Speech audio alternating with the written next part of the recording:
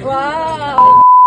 Hello mga ka-happy for today's ganap sa aking buhay. Oh, 'di ba? Umpisa pa lang masaya na. Sobrang saya ko talaga nung araw na ito mga ka-happy dahil nagbanding kami ng aking pamilya. Hindi man kami kompleto pero sobrang saya na to para sa akin dahil ngayon na ako nakapunta dito sa lugar na to at kasama ko sila. Biglaan lang kasi ang lakad namin ngayon dahil kinabukasan ay aalis na ulit kami. Kaya yung iba naming kapatid ay hindi namin naisama. Sorry naman po, babawi na lang kami next time. Hindi pa nga kompleto ang pamilya namin dyan o 'di ba? Ilang lamesa na yung napagdugtong-dugtong namin. Kulang pa yan pag kumpleto kami.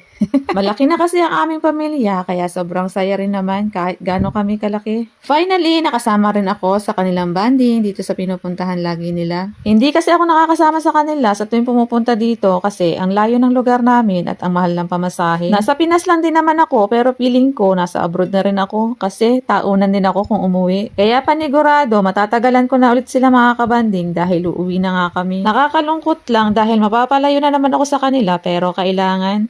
Ganon talaga ang buhay. At dito nga ay kakain na kami mga ka-happy dahil dumating na ang kanilang order. At take note mga ka-happy, ito nga pala yung pizzang nakain kong pinakamasarap sa buong buhay ko. Hindi kasi tinipid ang ingredients mga ka-happy at sobrang dami ng toppings. Kasama nga rin pala namin ang aming mga pinsan at soon to be pinsan na rin. Buti na nga lang dinala kami dito ng aming mga kapatid at nakatikim ng masarap na pizza nila.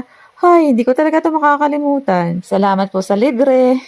Dito nga pala yan mga ka-happy sa Ground Zero Diversion ng Lukban, Quezon. Dinadayo nga talaga yung pizzahan nila dito dahil sobrang sarap din talaga ng kanilang mga menu at hindi ka magsisisi. Sana ikumpleto na ang pamilya namin sa susunod na balik namin dito. Kahit kailan talaga no, ang sarap kumain pag libre.